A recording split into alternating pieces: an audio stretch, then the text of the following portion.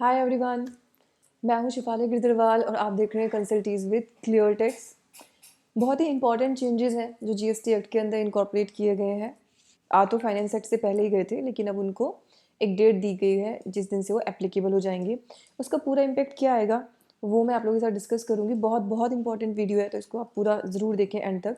और साथ में उसमें कुछ चीज़ें हैं, कुछ सवाल भी हैं जो खड़े रह जाएंगे। वो सवाल भी मैं आपके सामने और खुद रिवेन्यू के सामने भी ये सवाल ज़रूर रखूँगी जिसका उनको जवाब देना चाहिए और एक बार एटलीस्ट सोचना चाहिए कि वो क्या कर रहे हैं और क्या हो रहा है। तो सेक्शन 75(12) इंट्रोड्यूस किया गया था। सबसेक्शन 12 में सबसे पहले ये कहा गया था कि अगर आपका कोई सेल्फ असेसमेंट टैक्स है तो वो आपकी लायबिलिटी है। कोई भी आपका अगर सेल्फ असेसमेंट टैक्स है, सेल्फ असेसमेंट टैक्स होता क्या है?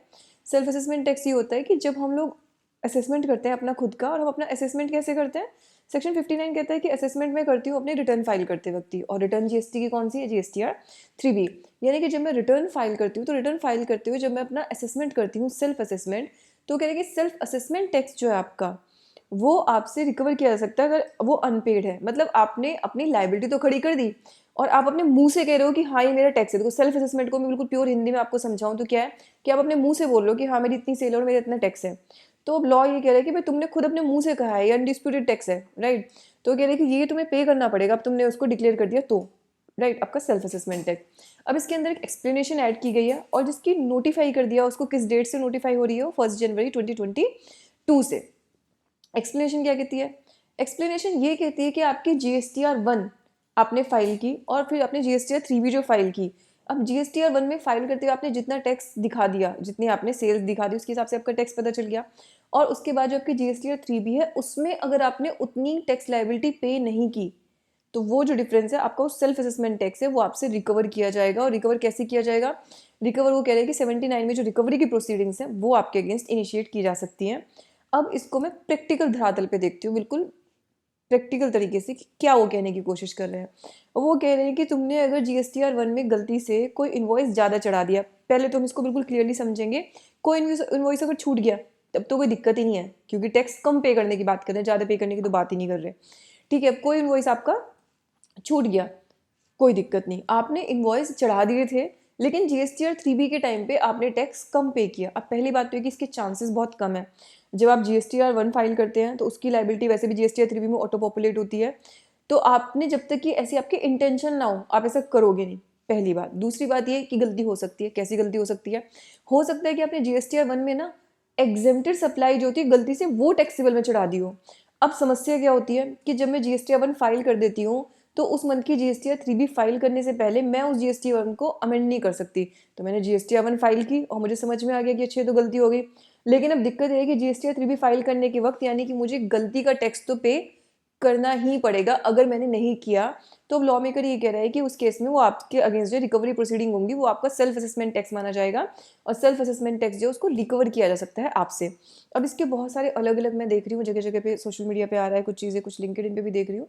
लोग कह रहे हैं कि अब तो रिकवरी के लिए ऑफिसर आपके घर आ जाएगा अगर आपके GSTR 1 और 3B के अंदर डिफरेंस रह गया तो। आपके प्रीमाइस पे आके बोलेंगे कि भैया इस बार तुमने 1 फाइल की, उसमें 50 लाख सेल दिखा दी, 3B में तुमने सिर्फ 25 लाख पे टैक्स पे किया है, तो लो बाकी का टैक्स पे करो। प्रोसीडिंग्स ऐसी होंगी।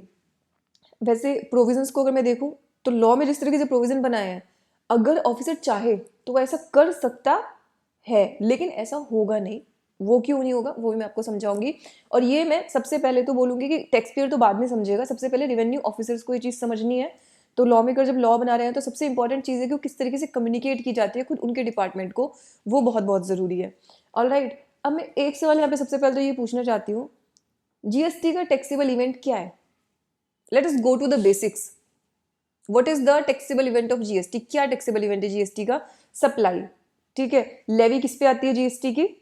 सप्लाई पे। क्या सिर्फ एक रिटर्न में गलत लिखने की वजह से मेरे टैक्सेबल इवेंट चेंज होके सप्लाई से अब ये बना दिया है आपने कि रिटर्न में गलत लिखना? Is it possible? क्या इसको चैलेंज नहीं किया जाएगा? बिल्कुल किया जाएगा। मतलब क्या लॉ मेकर ये कह रहा है कि आपने कॉन्स्टिट्यूशन में, और हमारा आर्टिकल कॉन्स्टिट्यूशन का 265 वो भी कहता है कि भैया under the authority of law आप टैक्स चार्ज कर सकते हैं। अथॉरिटी ऑफ लॉ कहाँ से मिली? लेवी सेक्शन बात करता है इसकी। GST का लेवी सेक्शन क्या ये कहता है कि आपने अगर रिटर्न में गलती से गलत मेंशन कर दिया तो आपका वो टैक्स बन जाएगा। क्या सप्लाई बन जाएगी सेल बिना किए ही? क्या वो चीज़ मेरी सप्लाई बन जाएगी सिर्फ इसलिए कि मैंने GST-1 में लिख दिया उसको? Definitely no, it's a big no no. और आपसे ज़्यादा मैं फिर से ये चीज़ बोलूँगी, ये चीज़ समझने की ज़रूरत है कोई डिपार्टमेंट को, रिवेन्यू को। It can not work like this. तो ऐसा नहीं है कि कोई भी डिफरेंस आया और आप सीधे उसके पास जाके फ़ोन करके चित्र डिफरेंस पे कर दे। It will never happen like this. और अगर ये ऐसा हुआ तो डेफिनेटली किसी भी अच्छे कोर्ट में, किसी भी लीगल प्रोसीडिंग में ये सस्टेन नहीं कर पाएंगे इस तरह की प्रोसीडिंग्स।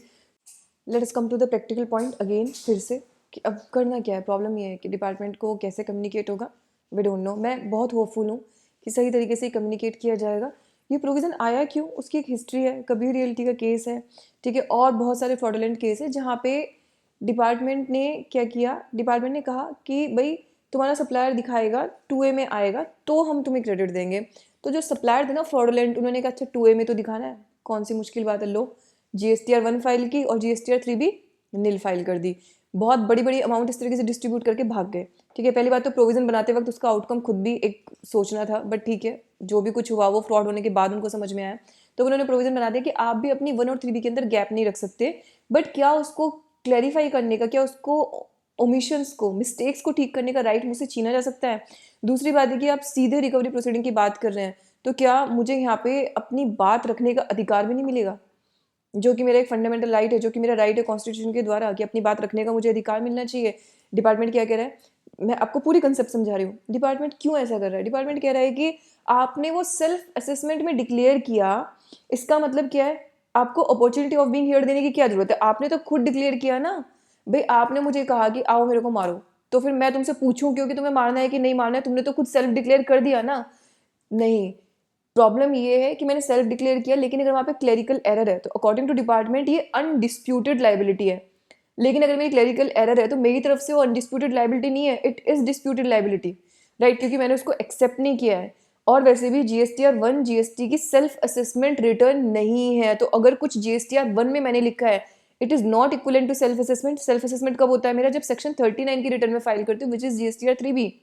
ऑलराइट, तो मैंने अपना सेल्फ असेसमेंट कंप्लीट कब किया? मैं ये कह सकती हूँ चलो मेरा सेल्फ असेसमेंट इनिशिएट हो गया GSTR-1 के टाइम पे, बट वो कंप्लीट कब हो रहा है? 39। सो 39 के रिटर्न में मैंने कम अमाउंट पे की, इसका मतलब मैंने अपना सेल्फ असेसमेंट कंप्लीट नहीं किया। मैंने नहीं माना कि वो अमाउंट मेरी लाइबिलिटी थी अंडर GSTR-3B। GSTR-3B में मैं सिर्फ चलान पे नहीं करती हूँ, अपने टर्नओवर भी डिक्लेयर करती हूँ for my self assessment purposes. तो मैंने टर्नओवर में नहीं डिक्लेयर किया ना उसको।